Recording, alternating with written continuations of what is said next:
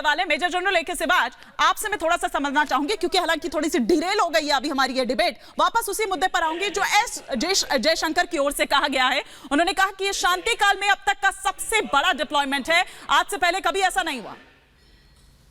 हाँ देखो, ये तो सच है, बट ये हुआ क्यों है ये भी समझना पड़ेगा। जो अप्रैल मई में चीन जो है 3 डिवीजन लेके आ गया और वो लद्दाख के अंदर है, वो 3 डिवीजन वापस नहीं गई और 1 महीने के बाद ही हमने वहां पर मेरा इमेज डिप्लॉयमेंट की और हमने भी 3 डिवीजन से ज्यादा लेके आए। देखो सच्चाई है कि चीन भी बड़े जोरों से अपना इंफ्रास्ट्रक्चर लद्दाख से लेकर अरुणाचल प्रदेश को इंप्रूव कर रहा है और मुझे लगता है कोई ऐसा लगता है जैसे लड़ाई की तैयारी करे, मगर ये भी सच है भारत भी बहुत जोरों से इंफ्रास्ट्रक्चर की तरफ बढ़ा रहा है। वहां पर लद्दाख से लेकर अरुणाचल से सड़कों, टनल, उसके बाद ब्रिजेज, उसके बाद लॉजिस्टिक सप्लाई डिपो हमने बहुत बढ़ाए हैं और इसी प्रकार चीन ने 2500 से 3000 जो गांव बनाए हैं लाइन ऑफ एक्चुअल कंट्रोल में, वो गांव नहीं डिफेंडेड लोकेलिटी है। हमने भी अब तो वाइब्रेंट विलेजेस बनाने की सोची है, उसके साथ साथ हमने जो सड़कें बनाई हैं, टनल बनाई हैं, वो काबिले तारीफ। मैं ये कहूंगा कि अगर चीन कुछ तैयारी कर रहा है तो भारत जो है उससे ज्यादा कर रहा है। अब ये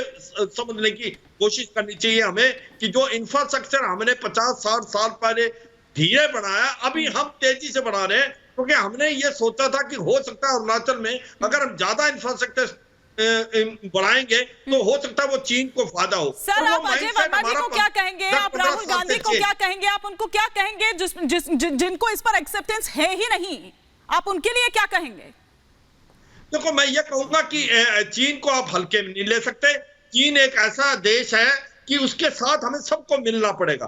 उसके अंदर ये नहीं हो सकता ये रूलिंग है, ये ओपोजिशन पार्टी है, सबका एक है, भारतीय हैं हम, हमको इकट्ठा चलना पड़ेगा। ये चीन एक ऐसा देश है जिसके ऊपर बताना बड़ा मुश्किल है कि क्या करने वाला है, कहने और करने में फर्क है। चीन वाकई बहुत ज्यादा इंफ्रास्ट्रक्चर बना रहा है और भारत को अभी समझ आ गई है, भारत भी पूरा जोर लगा रहा है। और ये सच्चाई है कि चीन के जो 3 डिवीजन आई थी अप्रैल मई 2020 में, वो अभी भी लद्दाख में है।